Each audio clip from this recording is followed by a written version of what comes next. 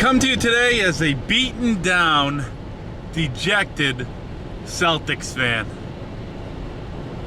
I give the Miami Heat their props, their recognition. Good for you guys, you won. Let's see what happens from here, but as they say in the big leagues, the show must go on. And as big of a Celtics fan as I am, and as dejected and disappointed as I am in our team losing, I'm still a huge basketball fan. And so I want to comment on the Bulls in Miami. Coming up, Game 1 starts tonight, baby. And I got my top 10 list of reasons why the Bulls are going to beat Miami.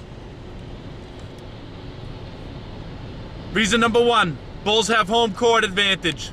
4 games at home, 3 on the road. That's a nice, simple way to start out the list.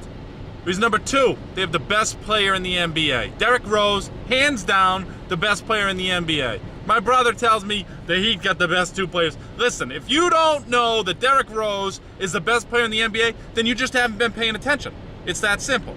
You haven't been paying attention. He's the best. Reason number 3, the Bulls play a full team game. Team offense, where they pass, they get everybody involved. Team defense, where everybody's obviously involved. The Miami Heat played a bunch of that series against the Celtics with a 3-man offensive team. There were stretches where only Wade, Bosh, or LeBron would shoot the ball. I think it was a 9-minute stretch at the end of one game.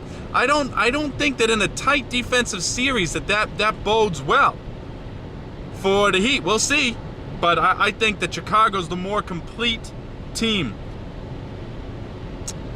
Reason number 4, I just don't think Miami's all that good right now. Yes, they beat the Celtics, but I'm gonna tell you, the Celtics weren't that good. I mean, we didn't have Perkins, so we were down a center. Rondo got hurt. Big Baby did nothing. Tony Allen wasn't there to play his defense. Our team was markedly different from last year. We were way worse than we were last year, is my contention. And as much as I thought the Celtics would be able to beat the Heat because we had Pierce and the Ray Allen to go up against LeBron and Wade. I mean, Wade just totally made Ray Allen look just embarrassing, really. Pierce did a credible job on LeBron, but Ray was nowhere to be found. So I just don't think the Celtics were that good. And Miami beat a weakened team. Reason 5, the Bulls were 3-0 against the Heat this year. Take it for what you will, but the Bulls were 3-0 against them. The Bulls are athletic. A lot more athletic than the Celtics.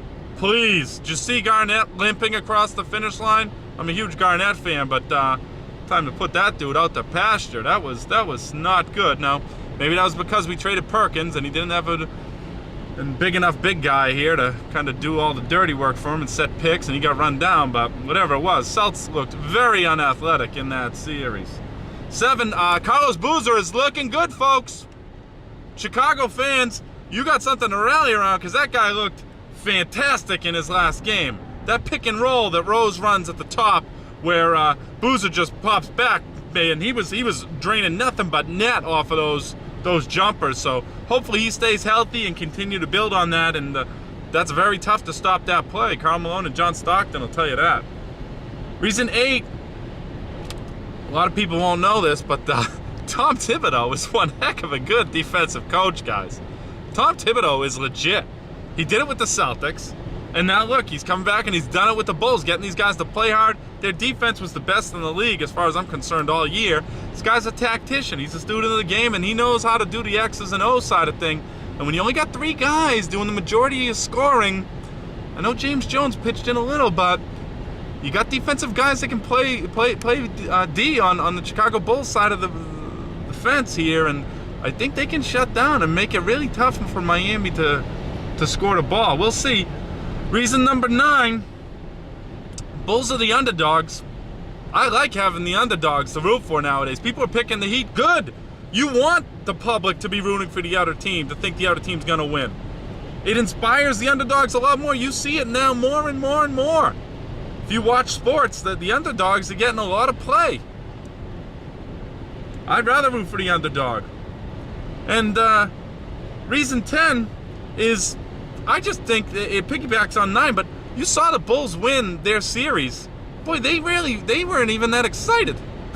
The Heat beat the Celtics, and the Heat were like fawning all over each other. They were practically making out. And, I mean, Chicago Bulls were just like, okay, we took care of business. Let's move on. And that, to me, means a lot. You come into tonight's game, Miami just won their Super Bowl. Chicago ain't even played in it yet. Chicago's coming out with some hunger tonight. They're the underdog. Chicago's coming to look to make an impact tonight. And you will see full effort out of that team. Now, those are 10 reasons why the Bulls are going to win. But I'm going to tell you, there is a wild card here, folks, and it's the refs. Because I'm going to tell you most of all, if you don't know that the refs are fixing games, you definitely ain't been paying attention. Because Dwayne Wade got breathed on in our series, and there was a foul call. Like, if you watch the Celtics against the Heat games, there definitely were games decided by the refs. In fact, the last game was. Miami might have been the more athletic team. Okay, you want to say they were a better team in the series, all this and all that. Okay, but the refs' whistles are definitely impacting games. I just watched Memphis play Oklahoma City. And if you don't think Oklahoma City in Game 7 got the benefit of all the kinds of whistles, you're crazy. Why do you think Memphis' coach got a technical in the third quarter, storming out halfway to the middle of the court? Because they were getting robbed. And the NBA makes more money the longer that series go, people, and they make more money the higher the ratings are, so they try intentionally to create matchups that are going to deliver higher ratings. Why would people not understand that this is the case? I mean, Tim Donaghy told us this happens, so you would think that people would pay attention to that, right? You've got a guy who was doing it, and he tells you what's going on, but yet people don't pay attention. And then you have I'm so blown away and so upset about what's going on within the NBA that I get way too riled up about it, because I love the game of basketball. And I don't want to see guys playing their heart out. I don't want to see the Bulls playing their heart out and come down to the end of a game and have crap whistles blown against them because the NBA wants the Heat in the finals. It's BS. I want a straight-up called series. And don't tell me it's because the refs are at the home crowd and they're making calls because they're caught up in the momentum of the game and these books you want to read. Bull crap. If you didn't watch LeBron James travel at the end of that Game 4 against the Celtics, you do not know anything about basketball. He took 5 steps. There's no way 3 refs who get paid for a living, their job is to ref games. If you tell me that there's 3